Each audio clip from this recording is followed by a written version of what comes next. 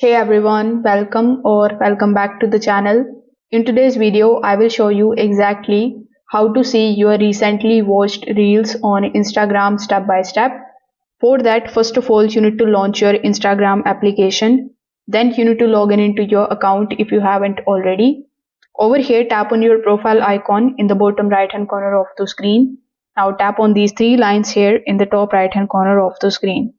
Now over here, the third option would be of your activity in how you use Instagram. So tap on the your activity tab.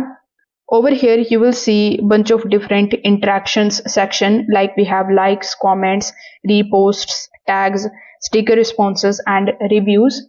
So over here, you can tap on the option of likes and now it is going to show you all of the posts and all of the reels that you have liked recently.